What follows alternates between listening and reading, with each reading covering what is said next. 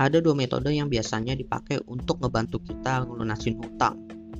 Metode pertama itu metode snowball, lalu metode kedua adalah metode avalanche. Berdasarkan pengalaman gue melunasi hutang selama 3 tahun ini menggunakan kedua metode yang gue sebutkan tadi, bisa dibilang ini punya kelebihan dan kekurangan dan punya waktu kapan dipakainya.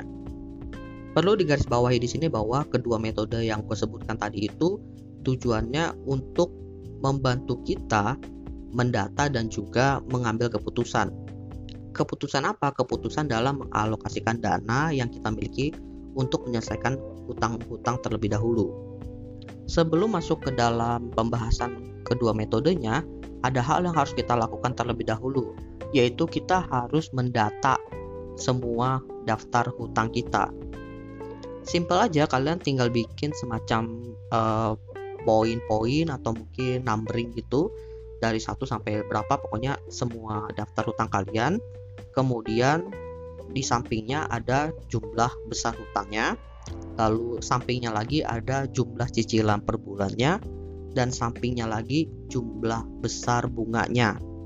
Mungkin untuk bunga itu setiap cicilan cara penyampaiannya beda-beda, ada yang penyebutan bunganya itu per bulan, ada yang penyebutan bunganya itu per tahun, tapi biasanya gue pakai yang per bulan karena kan gue bayar utangnya itu kan setiap bulan ya. Dan caranya gampang sih, tinggal yang kasarnya bunga per tahun itu dibagi 12 aja. Ini hitungan kasarnya. Tapi kalau kalian pengen lebih detail itu lebih bagus lagi.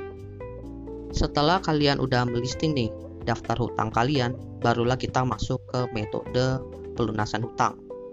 Metode pertama adalah metode snowball. Nah, ini adalah metode yang bisa dibilang cocok banget buat teman-teman yang baru pertama kali berhutang dan pengen lunasin hutang, atau teman-teman yang kayak gua nasibnya mendapatkan warisan hutang dalam jumlah besar dan berusaha untuk melunasinya. Metode snowball ini metode yang cocok untuk membangun motivasi kita pertama kali. Hal yang pertama yang harus kita lakukan adalah berdasarkan list hutang yang tadi sudah kita buat, kita itu menyusun berdasarkan jumlah hutang yang paling kecil terlebih dahulu. Ingat, jumlah hutangnya, bukan jumlah bunga atau jumlah cicilannya. Jumlah hutang yang paling kecil terlebih dahulu. Setelah kita menyusun hutang tersebut berdasarkan jumlah yang paling kecil terlebih dahulu, barulah kita masuk ke cicilan bulanannya. Nah, disinilah kita bermain. Kira-kira apakah kita bisa mengalokasikan dana lebih untuk menyelesaikan hutang yang jumlahnya kecil terlebih dahulu. Mungkin kalau untuk cicilan yang sifatnya tetap ya, atau cicilan bulanannya itu gitu-gitu aja, itu agak susah. Tapi kalau untuk cicilan kartu kredit yang minimal itu 10% per bulan, kita bisa memperbesar jumlah pembayarannya setiap bulan.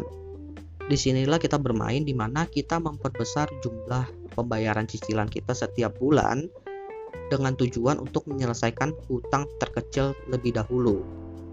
Hal ini membantu memberikan motivasi kepada teman-teman yang baru pertama kali berhutang atau punya hutang besar. Karena apa? Karena kita itu bisa melihat ujung dari hutang yang kita miliki. Kalau kita mulai dari jumlah hutang yang terbesar lebih dahulu, kita itu memerlukan uang yang jauh lebih besar untuk dibayarkan dan waktu yang lebih lama, sehingga kesannya itu kayak nggak ada ujungnya. Berbeda kalau kita mulai dari yang kecil terlebih dahulu dan kita memperbesar pembayaran cicilannya di sana, kita bisa menyelesaikan hutang yang kita miliki itu jauh lebih cepat, sehingga memberikan kita motivasi untuk menyelesaikan hutang yang tersisa. Ditambah ketika kita sudah menyelesaikan hutang yang pertama tadi dan lanjut ke hutang yang selanjutnya, jumlah uang yang biasanya kita pakai untuk melunasi hutang yang pertama tadi bisa kita pakai untuk menyelesaikan hutang selanjutnya, sehingga jumlah cicilan yang kita bayarkan itu semakin besar dan otomatis waktu yang dibutuhkan untuk menyelesaikan hutang tersebut semakin cepat juga. Lalu metode yang kedua yaitu metode avalanche. Sedikit berbeda dengan yang snowball tadi, di mana kita nyusunnya berdasarkan jumlah hutang yang terkecil. Kalau metode avalanche kita menyusun berdasarkan bunga yang terbesar.